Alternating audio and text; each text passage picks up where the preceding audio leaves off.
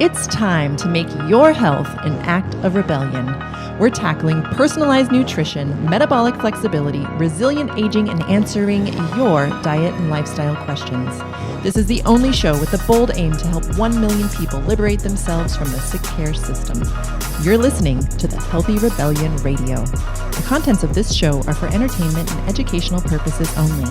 Nothing in this podcast should be considered medical advice. Please consult your licensed and credentialed functional medicine practitioner before embarking on any health, dietary, or fitness change.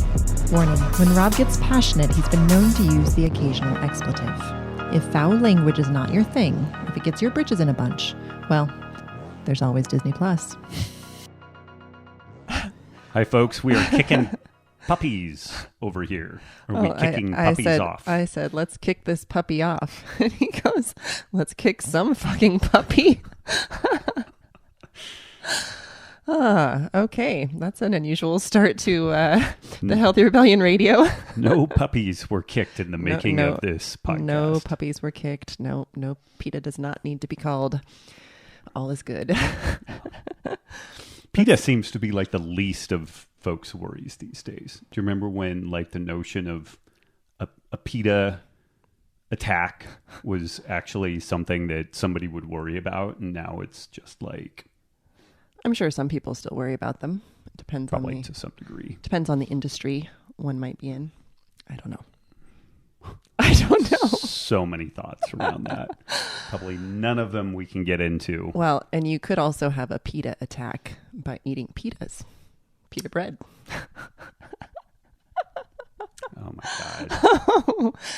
Oh no. Folks, do us all a favor and just quit downloading and listening to the show, because as long as anybody shows up, it's early. Then we just keep doing this. But if nobody shows up, I'm not going to be like the 80s hair band that should have retired because they have 20 no years hair. Earlier. Well, aside from the fact that they just fucking suck too. Right. But, right. Yeah.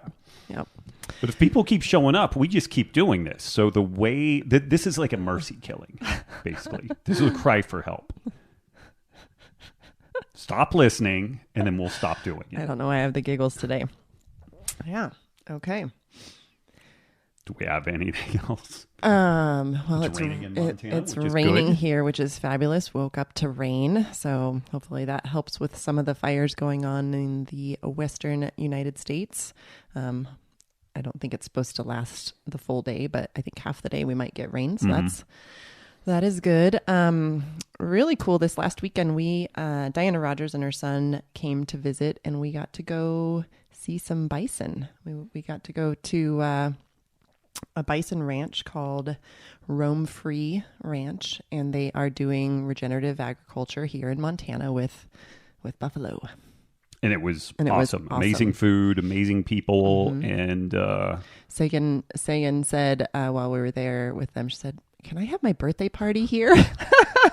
Well, they did get to ride some horses. They got to ride horses, and yeah, it was a super fun day, but also just really cool to see that operation in action.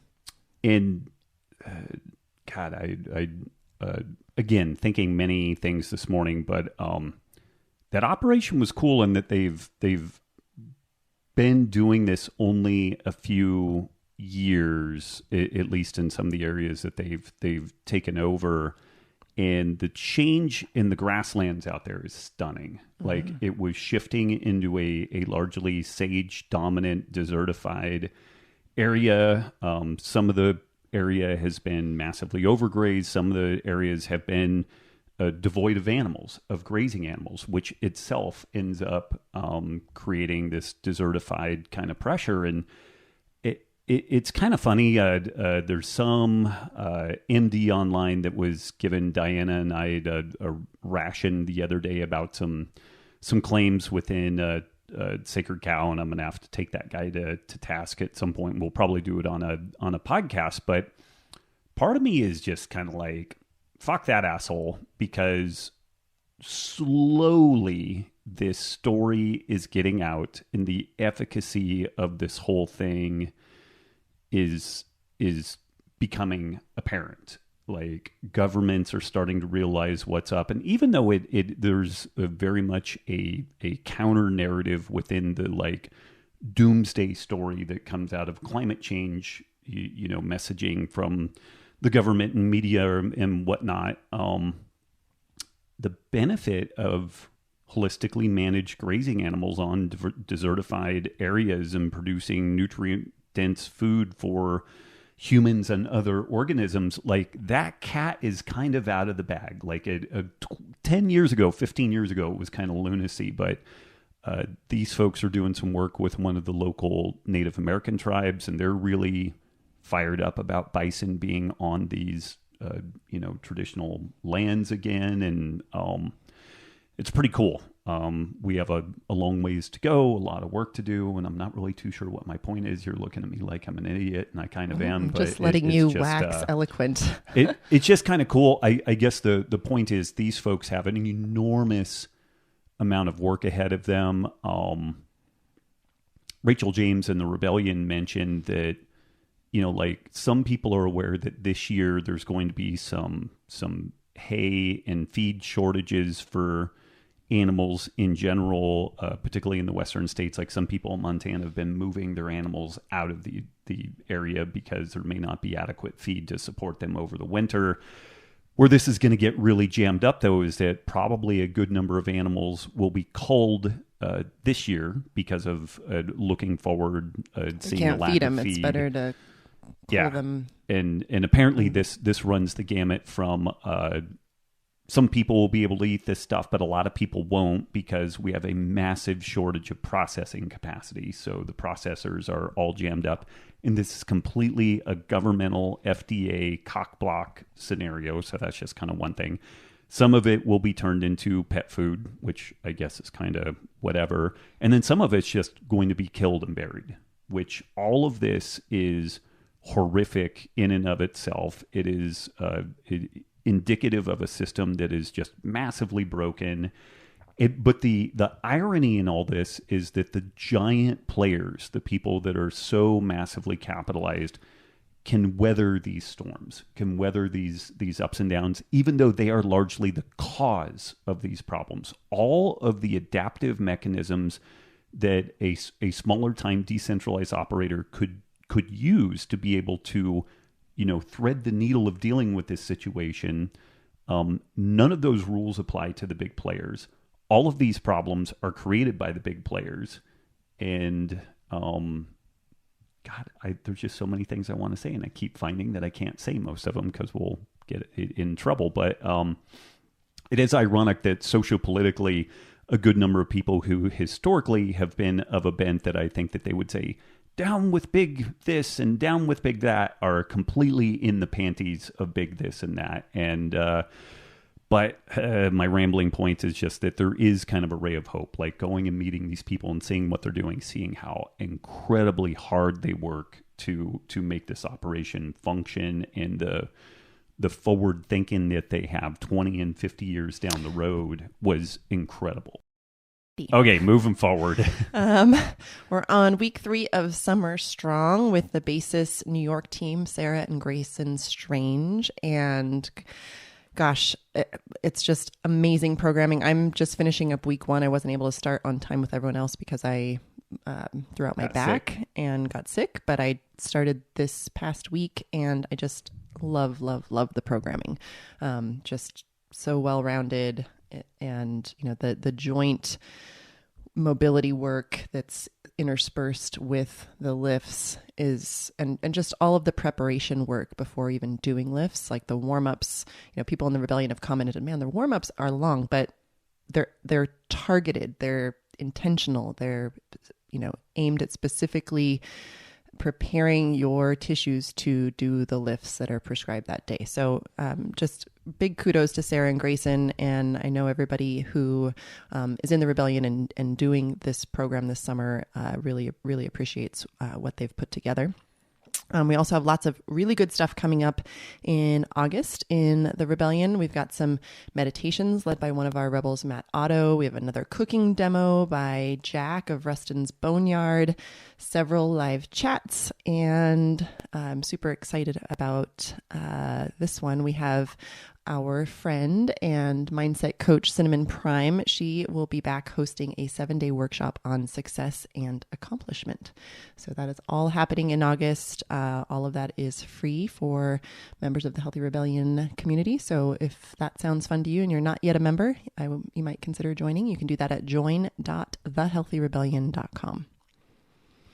Okay, Hubs, what do we have for your news topic This today? one's a biggie. It's a paper called Original Antigenic Sin, a Potential Threat Beyond the Development of Booster Vaccination Against the Novel SARS-CoV-2 Variant.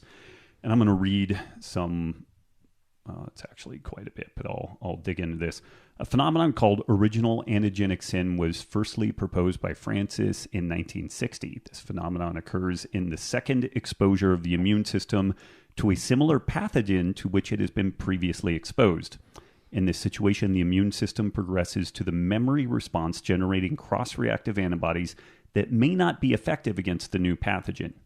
In addition, it has been speculated that overproduction of memory B cells could compromise the activation of naive B cells capable of producing efficient and novel antibodies.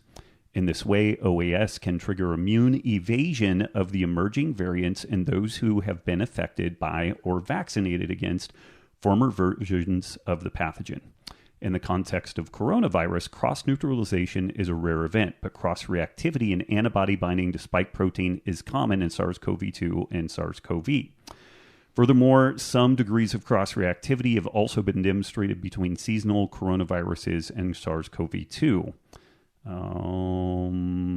The impact of OAS in developing vaccines is of paramount interest. The hypothesis of antigenic distance was proposed to explain how the efficacy of vaccines could be influenced by the difference or relatedness of prior vaccinations. This hypothesis is substantially evident in the case of dengue fever-related vaccine research. Once an individual is immunized against dengue virus variant, the booster shot for the second variant is unlikely to be successful because it triggers only the original neutralizing antibodies rather than an effective antibody for the new variant. So this is both a hypothesis paper presenting this idea of original antigenic sin. It also goes by a different term, which I forget.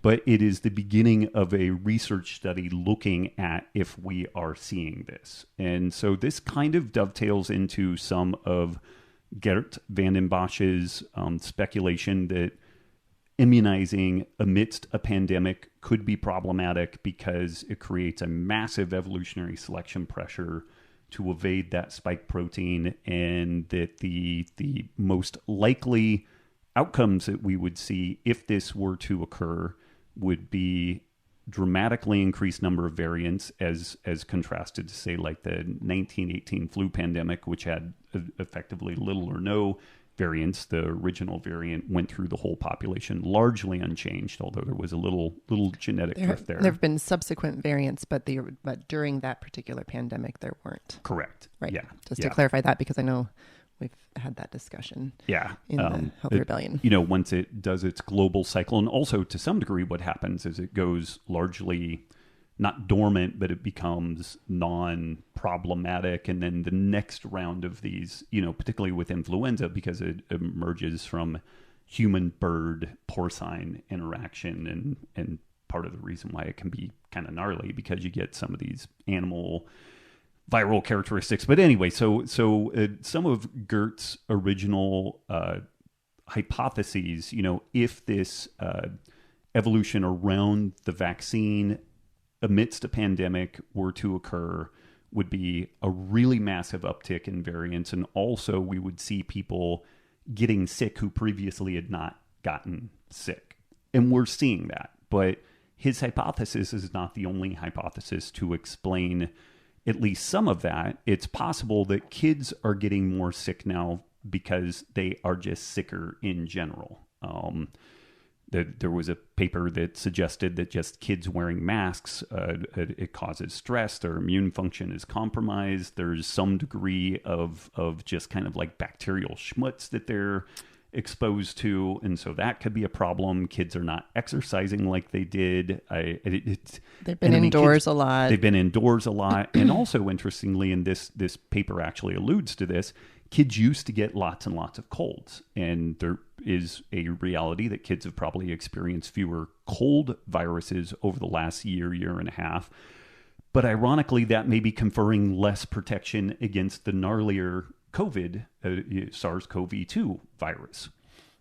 So I'm not too sure what my takeaway is on this, other than it's a really complex topic. We should have as free and open of discussions as we possibly can. Whenever people make decisions around vaccinate, don't vaccinate, ivermectin, don't ivermectin, it's an admittedly very complex story. It is a very individual story, and I don't think, it's probably not news to anybody listening to this podcast. The people who are prickly at free discussions have probably self-selected out at this point, but it seems to be getting ever more challenging to talk about these nuances. And what is on the horizon is this suggestion that we will need booster shots kind of in perpetuity. And what this paper is suggesting, and the research will kind of dig into, is whether or not that is just going to be pissing in the wind. It may not work at all for this specific idea of original antigenic sin, which again, it has a different term, and I can't for the life of me remember it. But these are discussions that we should be having ahead of all of the draconian activity that's going to occur in response to these variants, and the response, which is just going to be, let's double down on everything that we've already been doing for a year and a half and hope that, well, maybe this time it works, because it looks like we're having breakout cases among vaccinated. We're having breakout cases among unvaccinated. The stopgap measures don't appear to have worked all that well. There's research that suggests that whether you lock down or don't lock down, it doesn't really seem to have an enormous impact on the spread. And that's in part due to the reality that this thing appears to be an aerosolized product. And so when you stick people indoors, they're in the most dangerous situation possible for catching the goddamn thing. So, yeah. Complicated, and it's a very heated time in history that is only making it more challenging to have these kinds of conversations, because... But if you're a COVID acceptor, you're okay. I am a COVID acceptor. Am I okay? As are others. I'll dig into that eventually. Okay, time to move on. Our t-shirt review winner this week goes to Metty1. She says, I just love everything about this podcast and the Element Company. I feel like this podcast and a few others, which I've heard Rob on, have really helped make the shift to health-centric focus and not constantly obsessing over weight loss.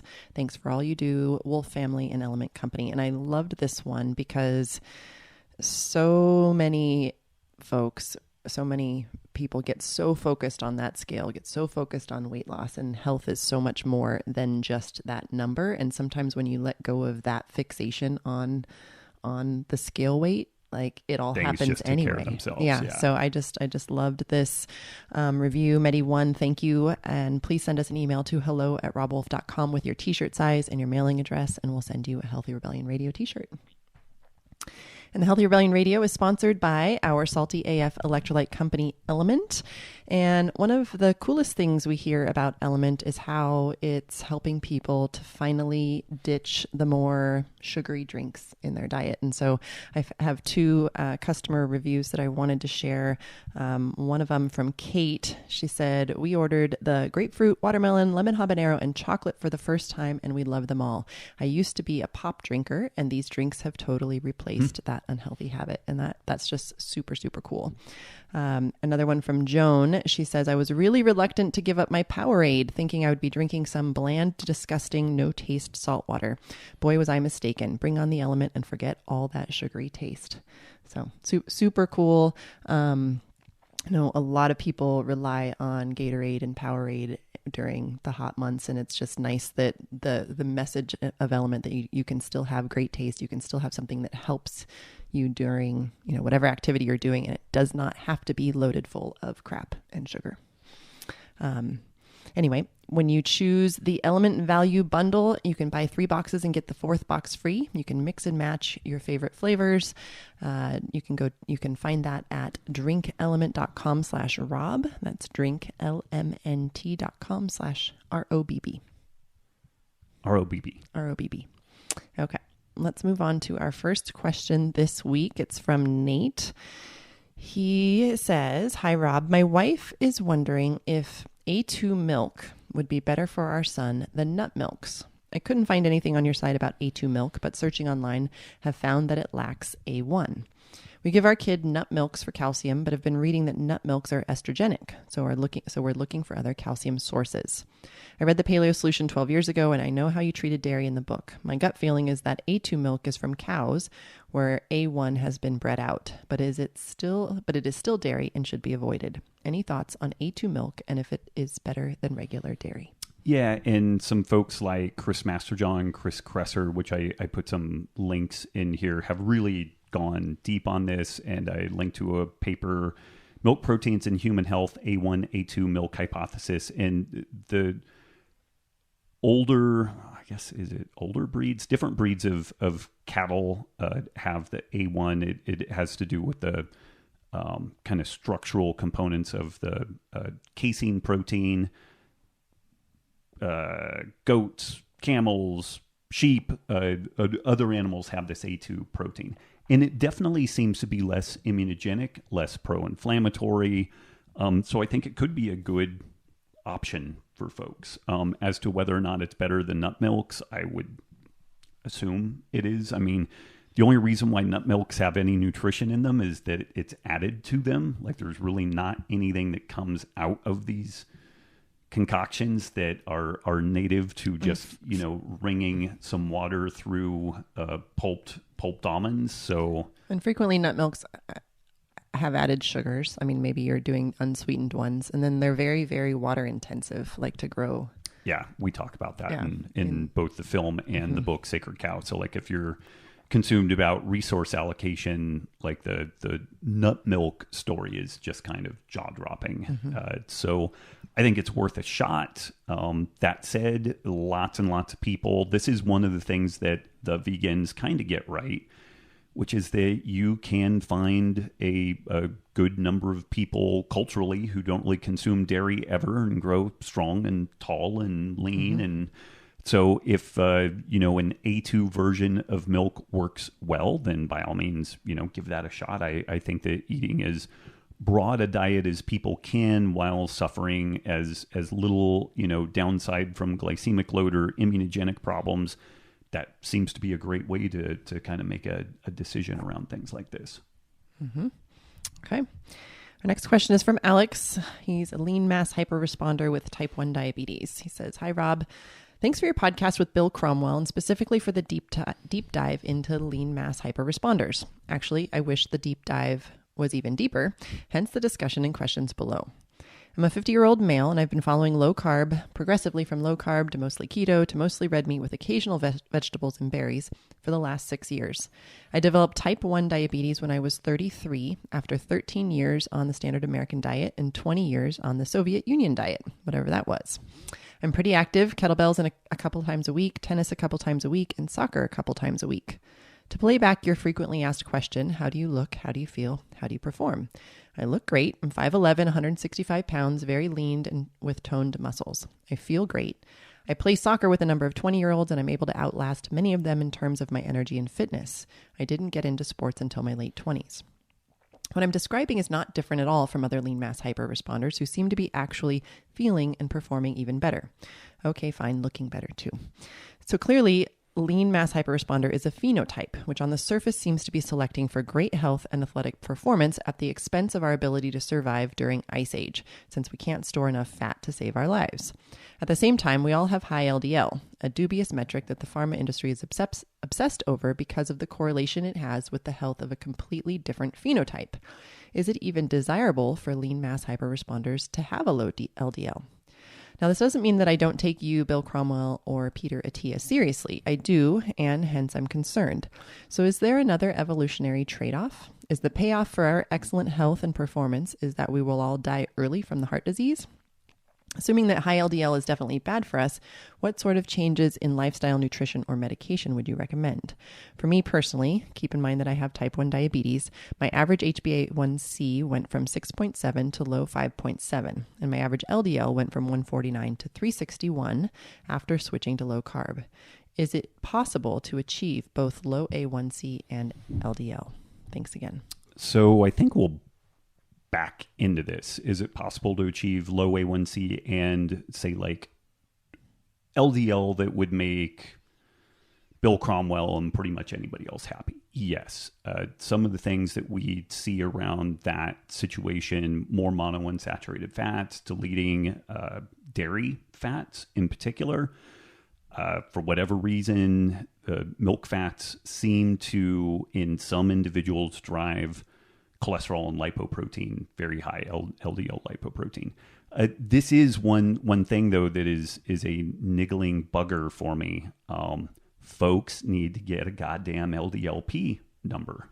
Just saying your LDL cholesterol doesn't really tell us much. It is you could be discordant, you could be concordant.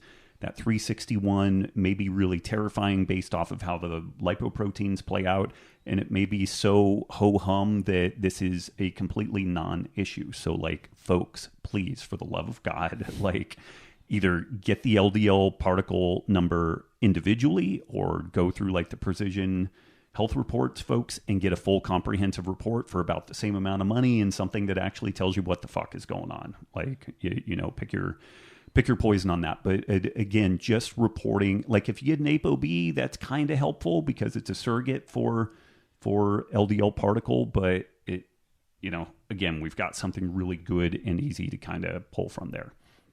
Alex mentions that he's been a type 1 diabetic for a long time. Within that Bernstein diabetes solution world, when Dr. Bernstein sees people with elevated cholesterol and lipoproteins in general, he assumes that to be a mild subclinical hypothyroidism. And almost universally, they end up administering a little bit of Synthroid or Naturethroid or something like that, and they do some tinkering, and the lipoproteins come into a good level with that. And they also do a little bit of fiddling, you know, more monos, maybe ditching some of the dairy fats and whatnot. But some very smart people, smarter than myself, have suggested that the lean mass hyperresponder is nothing more than a bunch of pretty lean active people who are burning the candle at both ends and also eating very little carbohydrate. And part of the response is a little bit of subclinical hypothyroid, which before the development of statins and some of the cholesterol sequestering drugs, one of the treatments attempted to deal with high cholesterol was putting people on low dose thyroid medication. But if your thyroid isn't actually low, that just causes other problems. But this is something that, again, if you do a little searching, Dr. Bernstein, hypothyroid cholesterol, like you'll find resources around that. This still does, like Bill Cromwell makes a very compelling case that although insulin resistance itself can and does feed into the cardiovascular disease process, he also makes a very compelling case based off of some of the MESA data available, that there's an inflection point in which at some point insulin sensitivity ceases to be cardioprotective when lipoproteins are still elevated. Now, some other people, who's the British doctor that Malcolm Kendrick. Malcolm Kendrick. He makes the case for the vascular endothelial damage model, that there still needs to be an injury process. He doesn't subscribe to the notion that just simply having elevated lipoproteins are going to inherently cause damage to the vascular endothelium, that the whole thing is a process in which the endothelium is damaged and then lipoproteins get involved, and then that creates the atherogenic plaque, and then we kind of feed forward. I don't really know where I am with that. I guess I'm kind of in the spot where I hope Malcolm Kendrick is correct, because it would provide a bit of a get out of jail free card for a whole lot of folks who are not hypertensive, don't smoke, exercise intelligently, but still have these lipoproteins a little bit on the higher side. But I honestly don't know. Bill Cromwell is about 10 times smarter than I am and has been doing this stuff a long ass time. And he's pretty emphatic that, knock those lipoproteins down and good things happen. And we do have some interesting data out of, say like the familial hypercholesterolemia crowd, where those folks put on a statin or other cholesterol lowering drugs survive longer, significantly longer. Statins specifically end up having a lot of other potentially beneficial effects. They're anti-inflammatory and have some tendency to stabilize non-calcified plaques, and so you're less likely to have a thrombic event. So there's a bunch of complexity there, but I don't know. I don't know. I do think that it's worthwhile to look into and to do a little bit of tinkering and fiddling, and to, again, first stop, I would do the Precision Health Reports cardiometabolic panel. It's like $150. Then we really will know what we're talking about when we're still dealing with these surrogates of just cholesterol and whatnot. It's so easy to be hoodwinked by that, and not for both good and ill. And so I would recommend that as a starting place. I would definitely look into the work from Dr. Bernstein around the possibility that there is a subclinical hypothyroid occurring here, and then look at the quality of the fats that are being consumed. Maybe more monounsaturated fats. If there's much in the way of dairy being consumed, maybe mitigating that, and then recheck and see what happens. Okay.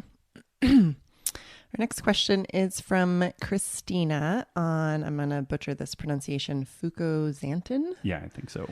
And CLA, which is conjugated linoleic acid. Yep. For fat loss. Christina says, "Hi, Rob and Nikki. I've been a fan and have followed since 2011.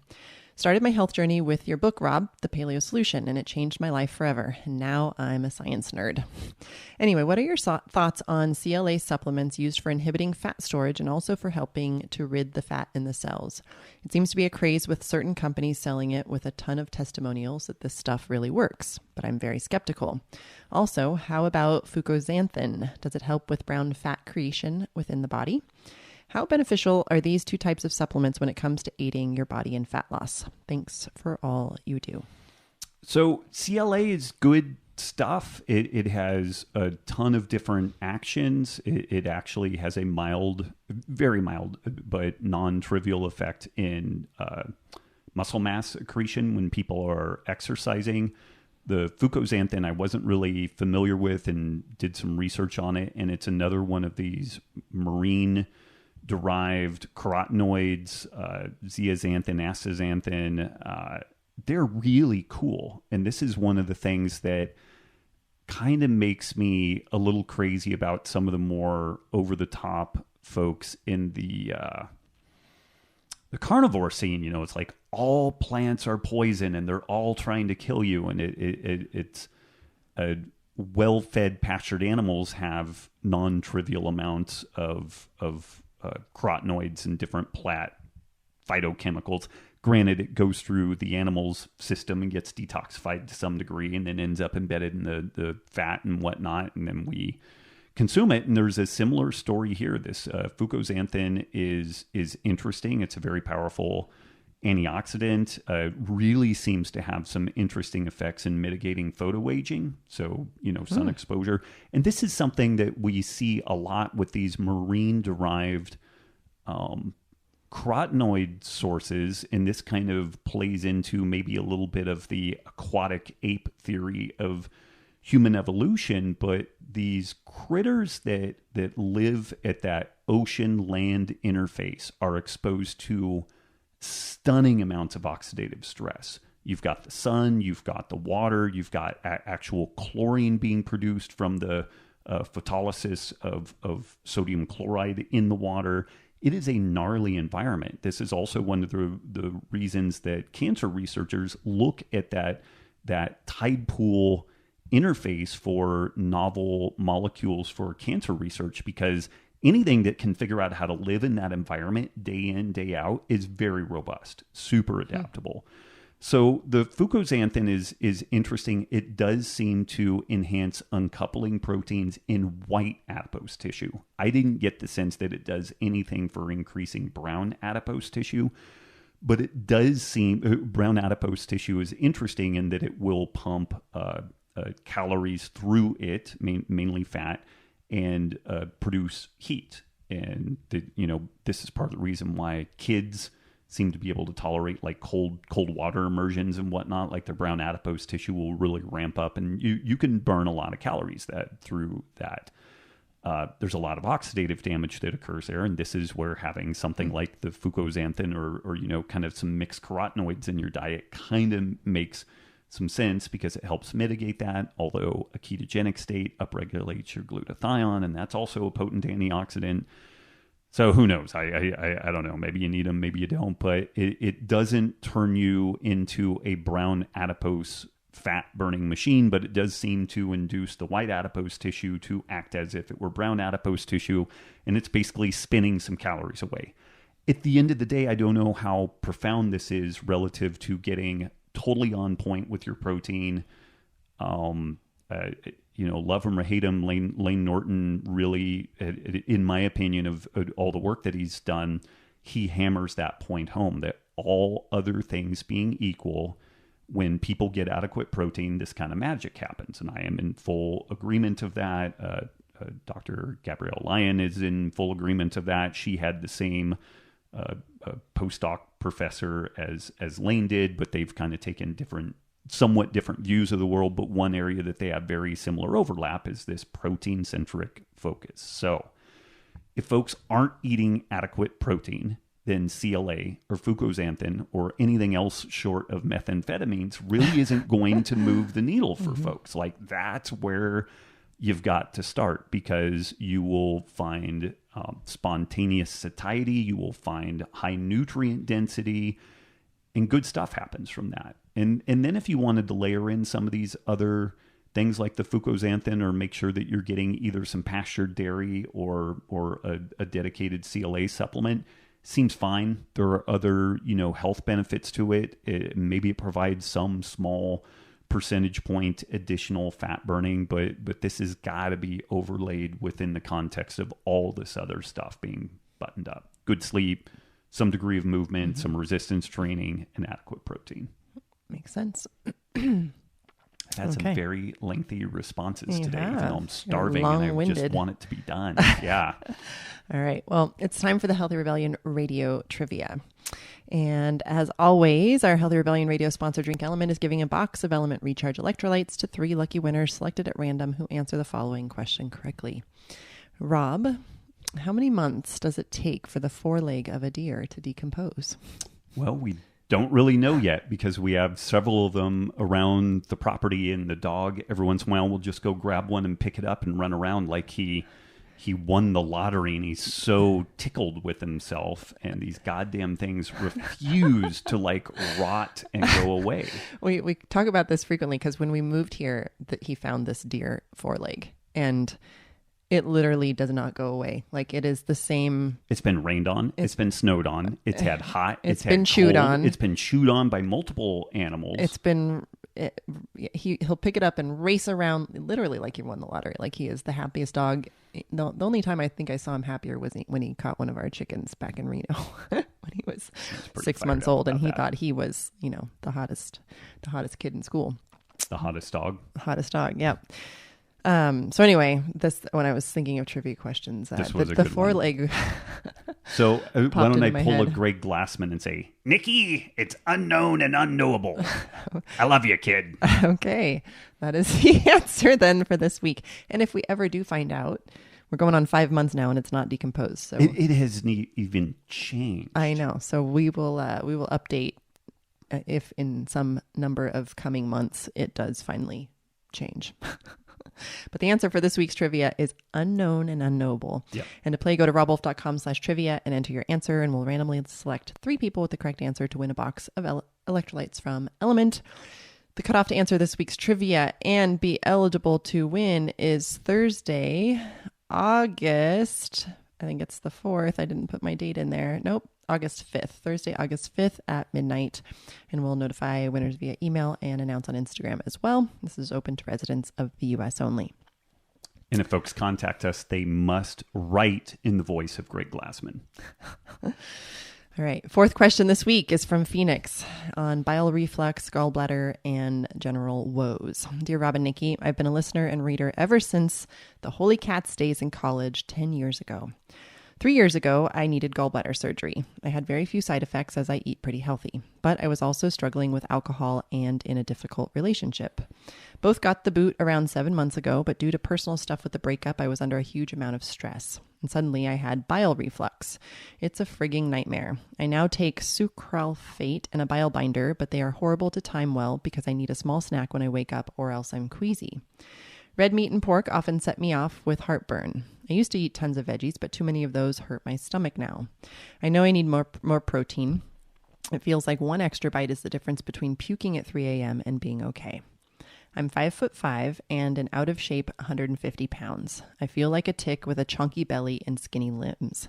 I just had blood work done and my white cell count and platelets are low, 2.4 and 50. And my cholesterol is on the higher side, but my glucose and A1C are normal. I don't know what to do. Plus, my emotional trigger for sobering up was my ex's drunken behavior. No more ex, and I'm trying to find healthy outlets for my ADD/depression tending mind so I don't hit the bottle. Are there any recommendations you might have for physically rebuilding? Thank you from a longtime fan, Phoenix. This is a tough one. And first of all, having some grace for what you're going through, and it's a tough situation, right? There's you can have all the aims and goals in the world of moving through, but and it just takes time.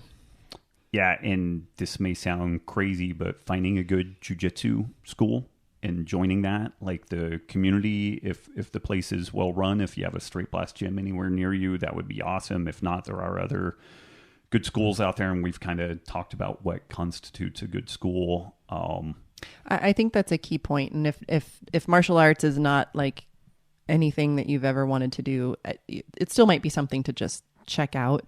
But finding something with some physical component and community built in, I think can go a long way in keeping you motivated and keeping you going. I mean, we saw that with running the CrossFit gym. The community is what keeps people, and it's easy to quit a regular gym. You sign up at any Globo gym and you go for a little while, but it's that there's nothing keeping you there. But when you join a community, a gym-based community, you meet people, and that they care about you. They care about you. Them. You know, it's a bright spot in your day because it's not like you're going in anonymously and just sitting on a machine and repping out whatever the weights are. You're going there, people are talking to you, you're having conversations, you hear, and you feel more connected, you feel needed, you feel like you're contributing. All of these things can really, really help when you're in kind of a low spot. I agree. And, jiu-jitsu, mixed martial arts, Thai boxing, the Ido Portal stuff, like more and more people are getting certified, opening gyms in kind of the Ido Portal kind of gymnastics and movement-based activities. It's good old CrossFit if you can find a gym that has their head screwed on straight and doesn't do stupid shit. I would really think about that as a beginning point, because I wonder about like the stress, and she mentioned the ADD depression type stuff, I think that would go a huge, leap towards addressing at least kind of that psycho-emotional stuff. On this other side, with all the GI issues, you got to track down a functional medicine practitioner, do some testing and do some tinkering. Like this is just going to be a fair amount to unpack. Our good friend Clark has just wrapped up his MD and he's in his residency, and he's done a couple of posts in the Rebellion about, like, he's historically eaten a ketogenic diet, but he started experiencing some bile gallbladder issues, like some gallbladder spasms and some different things like that. So he's had to figure out kind of a not specifically ketogenic way of eating, and he needs a little bit of starch in the mix to be able to make all that work, or a little bit of fruit. And he's found a spot that works for him. He has good glycemic control, but he's not beating on his liver and gallbladder. And so like those kind of GI related problems have abated. And this is while he's going through his residency, and he just wrapped up medical school. So like that stress piece is clearly a big factor. The fact he's in residency, his stress piece is not going to be in the rearview mirror for quite some time. So you have to do some mitigating strategies around that. But I would poke around, try to find somebody that, even if you have to consult with someone online, Dr. Ruscio or someone like that, get some help on that. I don't have everything that I start thinking about is an algorithmic tree where it's like we start with this, then we go here and we go there, and we need feedback, and it's totally beyond the scope of providing some suggestions there, other than really pay attention to the foods that set you off and try to mitigate that. I will say that veggies, God damn it, haven't really been my friend all that much. Like I've noticed a lot of gut related issues that have resolved being very selective in the veggies that I eat. I used to get dairy acne like crazy, and if I don't eat veggies with them, I can eat a lot of dairy and I don't really get any acne anymore. So like it's really weird. Like it's really, really weird.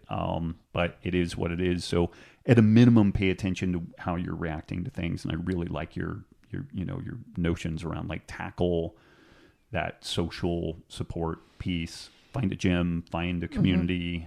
One other thing in on that. One other thing that just popped into my head is grab a copy of Emily Fletcher's book, Stress Less, Accomplish More. And even if meditation has seemed like something that you couldn't do or, wouldn't do, give that book a read and just give it a shot. You have mentioned that you're under a huge amount of stress, and there's just not anything I know of that can help more instantly than doing a twice daily 15-minute meditation. And I know that 2 times a day might sound like, oh my gosh, how could I ever do that? How could I ever fit it in?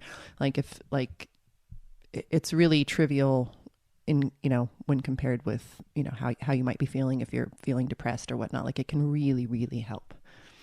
Great suggestion.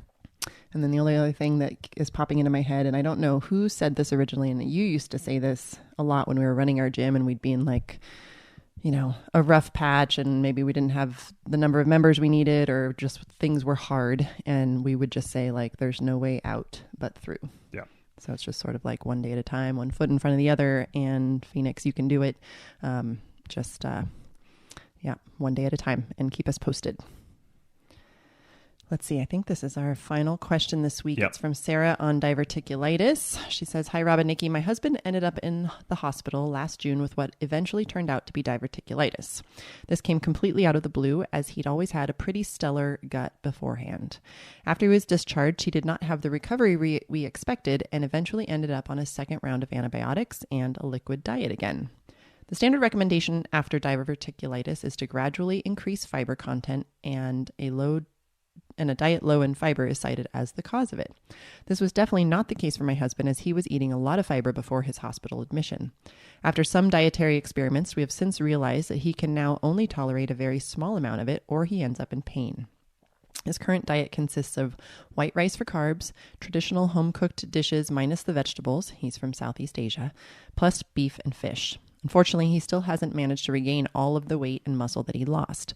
For some context, he's in his early 40s, about 5'10", and weighs about 143 pounds. He's very active, works out regularly, and has a decent amount of muscle on his upper body.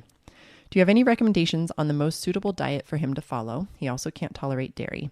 And is there anything he should definitely avoid? He's tried some weight gain powders recently, but they seem to cause him pain, as does some forms of physical exercise and movement.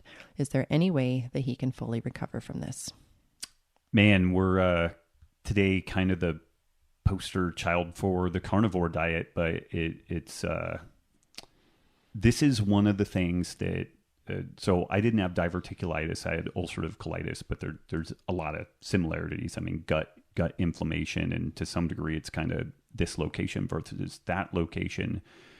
And removal of grains and legumes definitely went a long way towards improving my gut health. I think it saved my life, basic kind of low carb paleo approach, but I ate lots of vegetables. And I had still what I understand now to be symptoms of gut inflammation, like this super high gastric motility rate where things would come out largely the same way they went in. But, when I would make us a meal, I would cut up a head of cabbage and cook it, and we would eat pretty much the whole thing as part of like a soup or a stir fry or something like that. Like we were eating a mountain of veggies. And for me, it was crushing me. And when the whole notion of a carnivore diet really started getting on my radar, initially it was like, well, this is exactly the thing that I've been fighting against paleo being seen as, because like we had that asshole doctor in Chico that was like, well, that's just the guy that recommends the all meat diet, which at that point I didn't. And then as time has gone on, I kind of do. So I think that the trick with this stuff, the question is, can he get back to health? Yeah, I think he can, but this is just where some degree of experimentation is going to have to come in. And some of the attachments that we have, like I used to really enjoy like broccoli and, kale and, cucumbers, whatever. I can handle some tomatoes. I can handle some really well-cooked asparagus. Some other things. I do pretty well with fruit. Like this summer, I've done a fair amount of fruit, and I've done okay with that, so long as I stay within certain lane lines. But I think that this is really a story of just figuring out what does and doesn't work. And maybe keeping a log, and I don't know if he's willing to do this, but or if you're doing most of the meal prep and if he's home, like you can kind of track, what he's eaten when he feels like he's got a flare up or he's got some stomach pain, and then look back, like what was the thing that you ate prior to that, right. and then kind of just track that for a while and see if you can't eliminate the things or put your finger on the things that might be the most problematic, and then eliminate those. Love it. Yeah. And I think that that's where y'all are with this. Like it's possible that something like a fecal transplant could address the problem. I'm totally mixed on probiotics. Like sometimes they work for folks, sometimes they don't. There are some of these amazing companies like Seed that seem to have these great products. I've tried all of them and none of them did much of anything for me. And so I'm kind of the hard luck case that doesn't seem to respond to much of anything other than figuring out the foods that do work for me and focusing on those and minimizing the ones that don't work for me. And Sarah, you mentioned that he's active and works out regularly, making sure that he's doing like strength training for that muscle. And like she's mentioning, like, I think he's maybe needing more calories because he's trying weight gain powders, but he's not tolerating those. Like, do you have any suggestions for things he might tolerate that could give him more calories? Like, I don't know if nuts or nut butter be appropriate here, or would that be inflammatory to the gut? Like that's where he needs to play with it. Like I don't do well with almonds anymore, but I'm fine with macadamia nuts and okay with pecans. And so I don't rely on any one of those extensively because I don't want to get further, to a point where I can't eat them at all.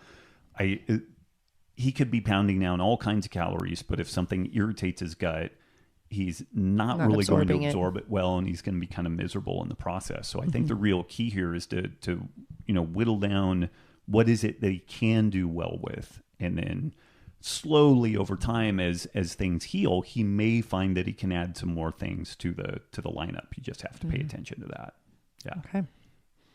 Alrighty, that was the fifth and final question for this week. Thank you guys for joining us. Remember to check out our show sponsor, Element. You can grab that value bundle, buy 3 boxes, get the 4th free.